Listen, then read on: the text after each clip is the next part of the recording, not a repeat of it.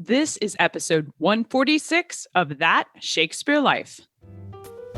Today's episode is brought to you by Experience Shakespeare. Experience Shakespeare is the membership arm of That Shakespeare Life that offers you monthly digital history activity kits that let you try at home the history you learn about on the show. They work like science labs for history. Stay tuned after the episode for even more details.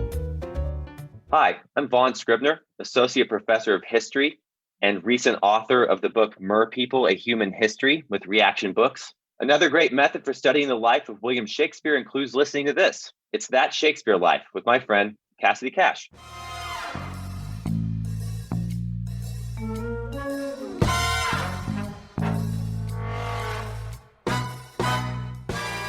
They have several wooden moulds of which you may choose that which pleases you. Then they fill it with coal dust and apply it to your arm, so they leave upon the same the mark of what is cut in the mould. After that, with the left hand, they take hold of your arm and stretch the skin of it. And in the right, they have a little cane and 2 needles fastened to it, which from time to time they dip into ink, mingled with ox's gall, and prick your arm along the lines that are marked by the wooden mould. Welcome to That Shakespeare Life with Cassidy Cash. Cassidy believes that if you desire to successfully learn or perform Shakespeare's plays, then understanding the real life and history of William Shakespeare himself is a must. That Shakespeare Life is the podcast that helps you go beyond the curtain of some of Shakespeare's most iconic works and explore the world of early modern England as Shakespeare would have lived it, learning from the writers, historians, and performers who know it best. And now, here's Cassidy. When telling about the Battle of Hastings, William Malmesbury wrote a description of the English ancestors, the Anglo Saxons, as having, quote, arms covered with golden bracelets, tattooed with colored patterns, end quote. The trend of tattooing oneself with colored patterns seems to have fallen by the wayside by the time William Shakespeare was writing about skin used as parchment in Comedy of Errors, because tattoos were far from the everyday normative for your average English citizen in the 16th century. Despite the ancient history of tattoo art on the European continent, for most of the people in Shakespeare's lifetime, tattoos arrived as a new and noteworthy cultural event when they first saw them on international explorers returned from their oceanic voyages, bringing with them natives who were adorned with ink tattoos. British pilgrims to the Holy Lands in the 17th century would often be tattooed with the Jerusalem cross as a souvenir from their travels. One famous Briton who had this kind of tattoo done was William Lithgow, who returned to England in 1612, causing quite a splash with his new artwork, even presenting it to James I himself.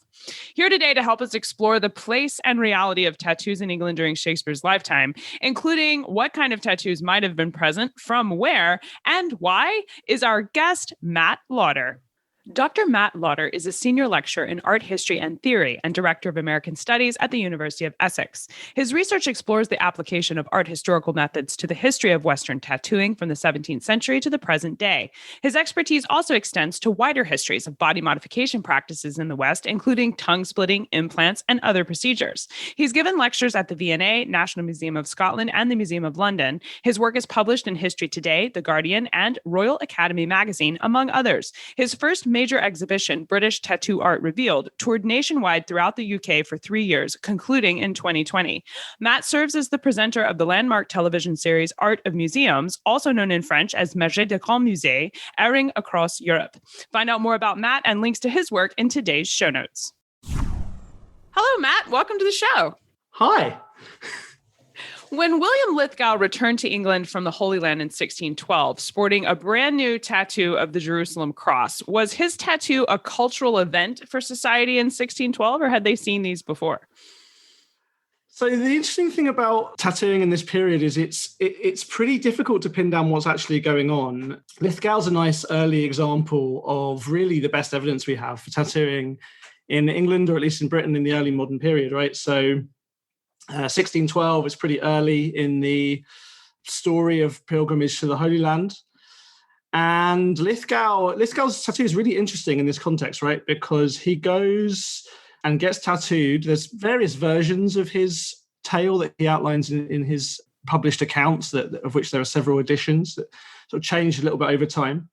But he basically goes and gets tattooed, and the way he tells it is that he sort of conned the tattooist into giving him a pro James I tattoo without really explaining what was going on. So I'll read you like the first version of his account, right? So I gave you the link for the show notes. My friend Anna Friedman, who is a tattoo historian as well, has written about this and in some detail, but you can put the link in the show notes. But anyway, so the first version of this, which is published in 1614, he says, "In the last night of my staying at Jerusalem, which was at the Holy Grave, I'm remembering that bounden duty and loving zeal which I owe to my native prince, whom I in all humility next and immediate to Christ Jesus acknowledge to be the supreme head and governor of the true Christian and Catholic Church.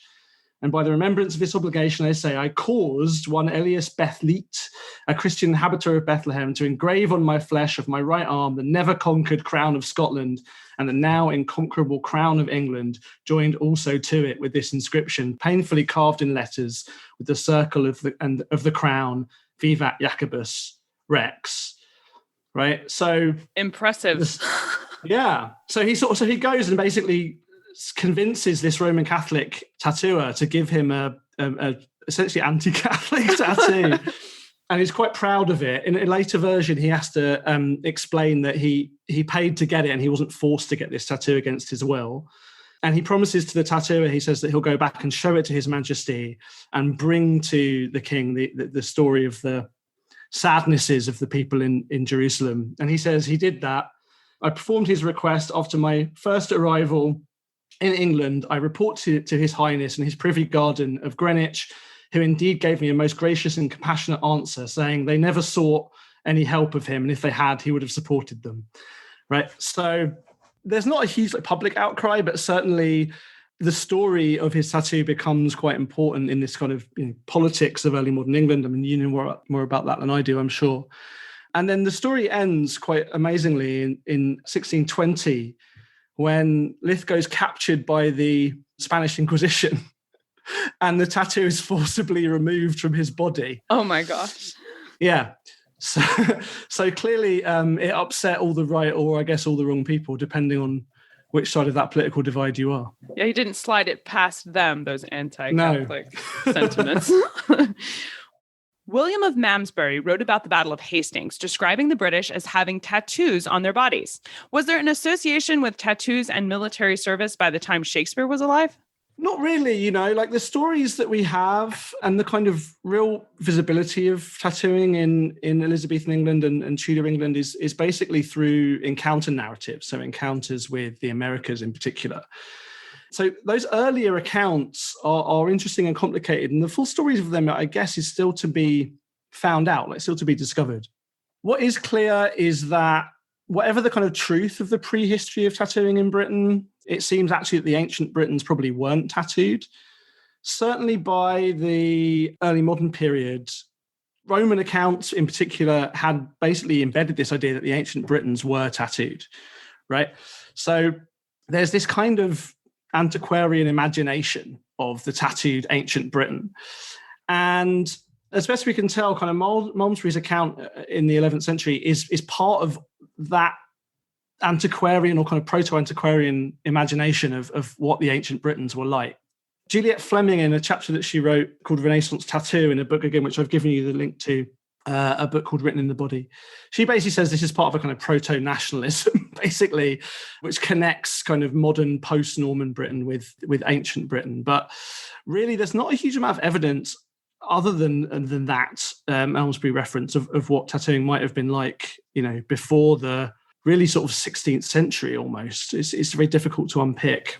In 1577, bringing us rapidly up to the 16th century, Martin Frobisher brought back Inuit natives from the Americas to England, and they were covered in tattoos. Surviving images and drawings of these men show that tattooing could be quite extensive. It was covering their whole body, and one Pictish warrior drawn by John White is almost entirely blue, his whole body having such extensive tattooing. Matt, were tattoos part of the novelty of natives for Tudor England? Yeah, absolutely. I mean, novelty in some sense, because certainly like Frobisher makes great note of these blue peoples that he'd encountered in Virginia. And there'd been natives brought back to Europe as early as 1566, like to France and certainly to Antwerp. This tattooing on their bodies is certainly something surprising. But what's super interesting about those John White images, and some historians think that John White may have actually been on Frobisher's voyage. It's unclear, but in any case, when they're published, those images of White, they're published alongside these fictitious images of the ancient Britons, which were basically imagined from these Roman sources.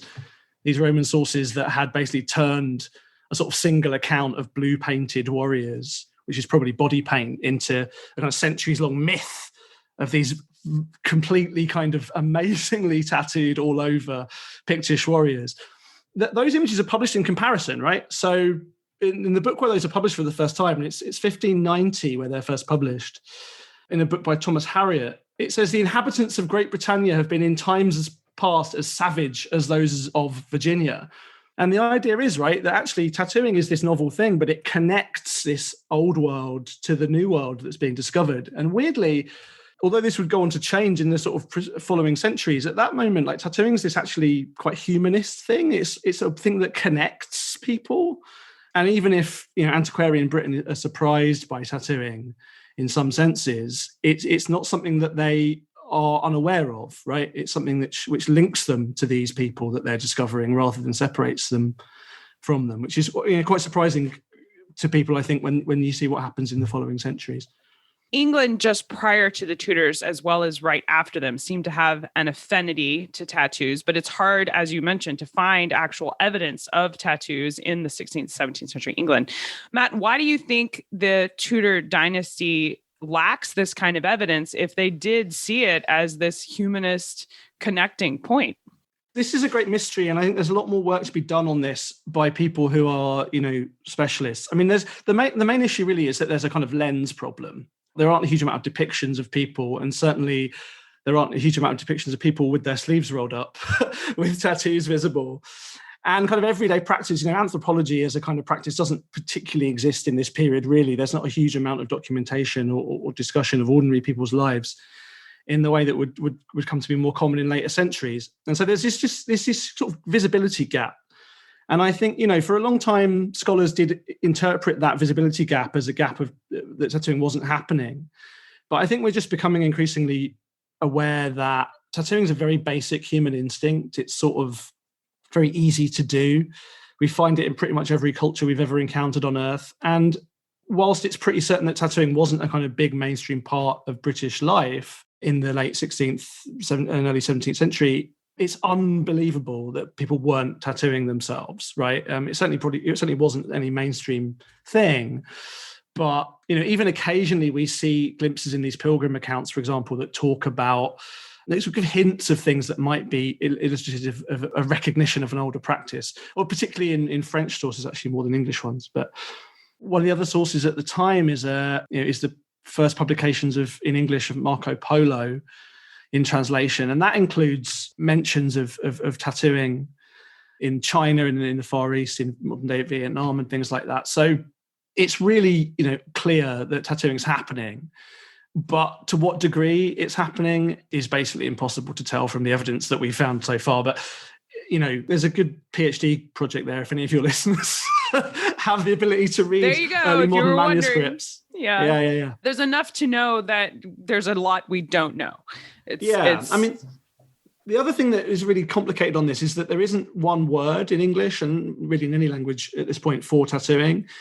So we find the word like mark and stigmata and things like that, and it requires context to unpick, whether we're talking about permanent marks or temporary ones, body painting or something like that. We don't get the word tattoo until the 18th century. So there's just this kind of paleographic problem. There's this archival lens problem. There's this kind of problem of the history of anthropology. There's also this problem that, common things that are kind of pretty normal don't get written about, things that aren't surprising. That's quite a big problem in general for the history of everyday life, as again, I'm sure even more than I do in this period. So all of this just compounds. And I think because in later centuries, tattooing becomes a lot more this marker of otherness and this marker of strangeness, there's this kind of cultural chauvinism actually in English historiography, which sort of says, well, we're not like these savages, which changes, that really happens into the 18th century as colonialism and empire increases.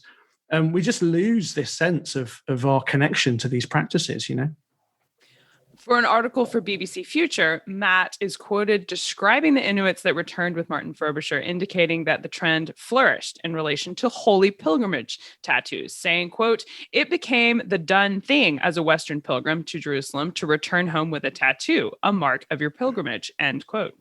Matt, were tattoos strictly associated with religious pilgrimage in Shakespeare's lifetime? I think this may be another realm of tattooing where we don't have a ton of information, but I think as a 16th century traveler, if you came through London and saw someone with a tattoo, would you assume that they had traveled to the Holy Land because they were tattooed? Or was it like today where someone has a tattoo and you don't necessarily know the story behind it? The first time we get real visible recorded evidence of tattooing on Western bodies is in these pilgrimages accounts. And they do start about 1600. Again, this is a kind of lens problem, right? Like tattooing becomes visible through these diaries of numerous travelers, English and Scots and French and German and otherwise, who are passing through the Holy Lands. And it does seem to be a pretty common thing. There's this quote from a guy called Fiennes Morrison, who goes to Bethlehem in 1517. And he said he wanted to avoid getting tattooed since it was a procedure associated with the Roman Church, with the Catholics. When our consorts at Bethlehem printed the sign of the cross with ink and penknife on their arms, so as the print was never to be taken out, we would not follow them in this small matter, but excused ourselves, that being to pass home through many kingdoms, we durst not bear any such mark upon our body, whereby we might be known. Right. And as the 17th century accelerates, we have loads and loads of these accounts, and they're all very, very similar. And it appears to be a pretty thriving, commercial practice, basically. In terms of like visibility back home, they would have been shown off to people really in quite intimate settings, because people aren't walking around with their shirt sleeves on display, which is one of the issues we have. There's an amazing portrait which is on the cover of a book called Signing the Body by Catherine Dowger Roth, who's done some writing about this, particularly in a French context. It's a guy with his sleeves rolled up, and he's got on his arm tattooed like the floor plan of the Church of the Holy Sepulchre, amongst other things. But those depictions are super rare. So I think to answer your question directly, if you saw a tattoo in early modern England, it would be probably something quite surprising. Although one would expect, I suppose, that the person who was showing it to you would explain where they got it. Where they would be showing it for a reason. So it's not that the art of tattooing was a surprise. It would be that you had the audacity to show it in public. Yeah, I suppose so. Yeah, I mean, as I say, it's difficult to really pin this down. I think it's pretty clear that tattooing and pilgrimage and tattooing and religious practice are quite intertwined, right? So are the symbols that get done for pilgrimage tattoos, what do they look like visibly? I mean, do we have any records does everyone get the floor plan of the Holy Church? Or? Well, Lithgow's tattoo, the Jacobean crown, seems to be a design of his own invention, which is quite interesting in and of itself. But actually, we have quite good records of this, of lots of the pilgrimage designs, because many of the designs survive. They were produced by carving into olive wood blocks and then printed onto the skin and then tattooed over by hand. A traveller to Jerusalem in the 1950s called John Carswell, went and basically recorded a lot of them, made sort of imprints of as many as he could find. And there's a tattoo shop in Jerusalem run by a guy called William Lithgow, whose family claimed to have been tattooing since the 17th century. So some of these blocks still survive. And they're amazing, actually. They're often the Jerusalem cross, which is the symbol of the Franciscans who were running Jerusalem at the time, which was a big cross in the middle and then 4 crosses around it. Edward VII actually got that tattooed on him in 1861. There are images of the saints. There are names of the places you've been, so Bethlehem and Nazareth, the stars of the 3 kings, things like that. Some are more decorative, sort of flowers and things like that. But really quite an amazing iconographic range, very beautiful. And, it almost sort of serves, I often joke about this, and it's certainly by the 19th century, it often serves the same purpose as getting a tattoo on holiday to, going to Ibiza or going to Tijuana or something and getting a tattoo while you're drunk. It sort of serves as proof that you've been. But of course, in the religious context, it's also a nice way of proving your piety. So you can kind of roll your sleeve up and prove just how committed you are to your religious practice because you've bled. And actually, some of the pilgrims do describe it like wearing the marks of Christ, going through this kind of bleeding part of the process. So that seems complicated for Shakespeare's lifetime, given how very dangerous it was to appear anything except Protestant. And it seems that there's a a conflict really between travelers to Jerusalem about whether getting the tattoo is a Catholic thing or a Protestant thing. And we've been saying that we associate tattoos with religious pilgrimage, but were they associated with a particular religion? I mean, were getting tattoos considered a Christian thing to do? Well, yeah, I mean, so the long history of Christian tattooing is amazing. You know, there's an 8th century mummy in the British Museum collection that's got a St. Michael tattooed on the inside of her thigh from Sudan. There's accounts from the papal legates from 1786 of tattooing in the Church of Northumbria. There's obviously sort of this interesting discussion in various bits of theology about to what degree tattooing is prohibited in Christian communities. There's the famous Levitican prohibition, "Thou shalt not make marks upon you for the dead." But there's there's a bit in Galatians, Paul's letter to the Galatians, where he seems to sort of say that you can get tattooed as long as it's not pagan, as long as it's not ancestor worship. It seems like the ancestor worship is the problem.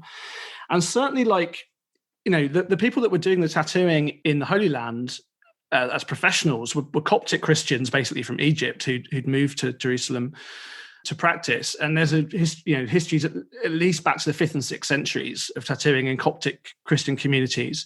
There's this sort of syncretism potentially that happens with traditional Arabic tattooing and Berber tattooing and things. So it's really, really clear that tattooing has been part of Christian practice, or certainly had been part of Christian practice for 1,000 years or something at that point. But of course, the way that feeds into this schism between Protestants and Catholics is very, very complicated. And I think Lithgow's account, as we were talking about earlier on, is a good indication of just how complicated that might be. Later in England's history, tattoos would be used in the criminal justice system to mark criminals with an ink tattoo. Were tattoos associated with crime for Shakespeare's lifetime? We don't get this association with criminality, interestingly enough, until really the 19th century. So the kind of real association with criminality and criminology comes with this, basically kind of modern eugenicist movement, which associates your external appearance with your moral character. I mean, it has slightly older roots than that, of course, but really that very close link doesn't happen until the early 19th century. There is nice evidence. I mean, again, one of the sort of archival lens problems that we have as tattoo historians is one of the places that we can go to find tattoo history is in the surveilled bodies of criminals. So jail records and things like that are good places to find tattoo history, even in these early periods. We get, for example, in the early 18th century, in the colonial gazettes, like these accounts of runaway criminals who can be found if you just spot their, again, quite religious tattooing. please help me find my runaway manservant or my these indentured servants. You'll know him by the arms of the Savior on his right arm or something. But again, that seems to me more likely to be just a problem of where we can find tattooing. I mean, for a very long time in tattoo historiography, it was sort of assumed that tattooing was only present amongst criminals because it was the kind of thing that only criminals would do. Adolf Lee said tattoos are the stigmata of the criminal man. So if a tattooed man dies at liberty, it's only a matter of time before he would have committed a crime. Wow. Wow. You can sort of see the problem with that from a methodological point of view. And certainly, tattooing wasn't a normative thing to do in England. It certainly was seen as something a bit odd. But that real link with degeneracy didn't kick in until many centuries later, I have to say. So we've talked on the olive wood and printing it onto the skin and then tattooing it by hand over the top. But what was the actual process of getting a tattoo in 16th, 17th century England? How would that have been applied? Cool. So I'll read you another pilgrim account. This is actually from a French pilgrim, a guy called Jean de Thévenot from 1658. So again, a little bit later on, but this is very, very stable accounts, almost 200 years later. Over 200 years later, he describes something very similar. So, de Thévenot in 20th of April, 1658 says, "In getting marks put on our arms, as commonly all pilgrims do, the Christians of Bethlehem, who are of the Latin Church, do this. They have several wooden moulds of which you may choose that which pleases you. Then they fill it with coal dust and apply it to your arm, so they leave upon the same the mark of what is cut in the mould. After that, with the left hand, they take hold of your arm and stretch the skin of it, And in the right, they have a little cane and 2 needles fastened to it, which from time to time they dip into ink mingled with ox's gall and prick your arm along the lines that are marked by the wooden mould. This, without doubt, is painful and commonly causes a slight fever, which is soon over. The arm, in the meantime, for 2 to 3 days, continues swelled 3 times as big as it ordinarily is. After they've pricked all along the said lines, they wash the arm and observe if there be anything wanting. Then they begin again and sometimes do it 3 times over. When they've done, they wrap up your arm very straight, and there grows a crust upon it, which falling off 3 or 4 days after, the marks remain blue and never wear out, because the blood is mingling with the tincture of ink and ox's gall and retains the mark under the skin. And ox's gall is basically exactly what it sounds like, the kind of fluid from a cow's gallbladder, basically, which had been used for sort of medicinal purposes for a very long time. And if any of your listeners have been tattooed, especially if you've been tattooed by hand, like that process will sound very familiar. That's what I was thinking. I was listening to it. I'm going, that's not different so much from how it happens today. Yeah, I mean, it's pretty much, I mean, I wouldn't suggest anyone uses ox's gall Maybe necessarily. Not. Yeah. But the basic process is exactly the same. And certainly up until the electric tattoo machine was invented in the sort of 1870s, 1880s, that's pretty much how Western tattooing was done, with a short kind of pen-like implement with some needles tied to it with some thread, some ink, which basically would have been a carbon-based ink, a kind of lamp black soot kind of suspension. Not a totally different kind of ink than what they would use to write with. They didn't have a special recipe for tattoo ink versus writing ink. Not in this context. So some traditional tattoo traditions use plant-based inks, so things that are derived from various berries or fruits or whatever. But in the Western context, most of the tattooing seems to have just been basically done with exactly the same kind of ink you'd use to write with. So a carbon black solution, basically. And in fact, and that to really push this back into prehistory, that's exactly the way that some of the oldest tattoos we have recorded, which are 5,000 years old, they were done with a sort of small grouping of threshed together needles and some carbon black. So this is 6,000-7,000 years of tattoo history. I'm just thinking how long he had to sit there to get the Jerusalem cross put onto his arm. That's just incredible. One little ink dot at a time. That's pretty fascinating. What's quite nice about the Lithgow account actually is that one of the later editions tells us how much he paid. A couple of pilasters apparently, which was equivalent to about, Anna Friedman calculates, about 60 English pounds, so I guess about $100 today. So, even the price of tattooing hasn't changed a huge amount. No, not impacted by inflation, obviously. In 500 years, yeah. Matt, I know we would love to explore this topic further. This is some fascinating stuff. What are some of your favorite books or resources you can recommend we use if we want to explore this more? So there's really not a huge amount of good scholarship on this. And the older you get, the worse the scholarship gets, because people fall into traps of saying that there was no tattooing before Captain Cook, and if there was, it was rare. I think new scholarship is really unpicking that all the time. So the best recent book is the book I mentioned by Catherine Dalga-Roth called Signing the Body, Marks on Skin in Early Modern France from this year. I would really recommend, so that chapter, Renaissance Tattoo by Juliet Fleming, which is in a book by Jane Kaplan called Written on the Body from 2000 to 20 years ago. It's flawed in lots of ways, that book. There's lots of new scholarship that's updated it, but that particular chapter is really the foundation of this period. I'd recommend a really good book by my friends Aaron Dieter-Wolf and Lars Krutak called Ancient Ink, The Archaeology of Tattooing, on University of Washington Press from 2017, particularly the work of a guy called Luc Renaud, who usually publishes in French but is translated into English in that volume, who writes a lot about the prehistory of European tattooing. You can Google me, and lots of my academic work is online. I wrote an article called Things of the Sea, Iconographic Continuities Between Tattooing and Handicrafts in Georgian Era Maritime Culture, which touches a bit on these earlier histories. And there's a book by someone called Kim Sloan called A New World, England's First View of America, which tells a bit more of these encounters with the New World. Lars Krutak actually also wrote a book on that as well called Arctic Tattooing, which also tells some of these encounter stories. But really, there's a lot more work to do on this. There's a lot more work, particularly by Renaissance scholars and early modernists, to really go through the new, more sources are available to us now, lots more being digitized, which makes this kind of research a bit easier. And we're discovering new things all the time. So just, I think that there's always new things on the horizon to come out. We will link to all of these resources in the show notes for today's episode, as well as links to where you can find out more about Matt Lodder and his work on tattoos. And I'll talk with Matt about making sure we quote correctly from the diaries and firsthand accounts from Lithgow and others that we talk about in today's episode. So make sure you stop by the show notes to find out more about those. Matt, We ask everyone this next question here at That Shakespeare Life, and that's, what's the one book you would take with you on a deserted island? My friends in England tell me I'm supposed to allow you the complete works of Shakespeare and a copy of the Bible. So your choice would be in addition to those.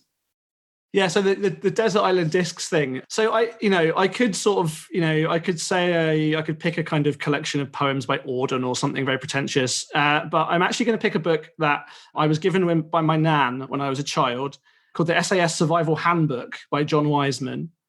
It came out in 1986. The only thing I remember from it, which is probably why I need to take it with me to reread, is that you can capture. But if you're hungry, you can capture birds by spreading sticky stuff on trees, and they'll get caught on it. I don't know if it works, but that's the one thing that's. It's a brilliant idea. You wouldn't be bored on trying these things out for sure. Yeah. I feel like, given that I'm a soft-hearted academic at heart, I'd probably need a little bit of research to survive the vicissitudes of the desert island. So I'll take the SAS Survival Handbook by John Wiseman. Practical choice, definitely. So what's next for you? What are you working on now that you're excited about? So I'm working actually on a series of short biographical stories. The working title of the book is Indelible, A History of the World in 21 Tattoos. That may well change. It's on a publisher called William Collins, so part of the HarperCollins group. So I'm working on that. It's going to be a sort of big, huge trans-historical sweep, not really a history of tattooing, but a sort of history of other things using tattooing and tattoo stories as a lens to think about what we share as human beings over time. So that really is uppermost. And I've been working on a sort of more academic history of tattooing for a very long time, but it turns out the research is harder than I thought it was going to be. So I've been working on that for 10 years. If people Google me, you might find sort of constantly pushback deadlines for the book that I've been writing, but that's also hopefully going to come out in the next couple of years, a book called Tattoo and Art History. So I'm working on that exciting too. Work. We look forward to seeing both of those come to fruition and certainly reading them when they do get published. Matt Lodder, thank you so much for being here today. Thank you so much. Talking with us about tattoos. This has been fun. Thanks, Cassidy. Find links to the resources Matt mentions in today's episode, along with where you can connect with Matt, and also see digital versions of the images from John White of the Inuit natives tattooed in blue, which Shakespeare would have known about during his lifetime. Explore all these resources and more history about William Shakespeare at CassidyCash.com/episode 146. That's CassidyCash.com/EP146. After the official interview ended, Matt and I talked briefly about references in Shakespeare's plays that might be talking about tattoos. Since the word tattoo doesn't exist in English lexicon until the 18th century, we briefly explored Shakespeare's works to examine words like ever-fixed mark and the word prick that comes up in Comedy of Errors, which also seems like it could be talking about tattoos when you consider the word tattoo wouldn't have been what Shakespeare used. If you're interested in hearing this chat, be sure to subscribe to the streaming app of That Shakespeare Life. The bonus footage of us talking after the show are included there in the video version of today's podcast. Find that and more Shakespeare history, documentaries, and animated plays at CassidyCash.com/experience. That's CassidyCash.com/experience. That's it for this week. Thank you for listening. I'm Cassidy Cash, and I hope you learned something new about the Bard. I'll see you next week. Bye-bye. Thank you for listening to That Shakespeare Life. As always, the best conversations happen after the episode over at CassidyCash.com. Become a part of a vibrant Shakespeare conversation by adding your voice over at the website. Until next time, remember, when you want to know William Shakespeare, you have to go behind the curtain and into That Shakespeare Life.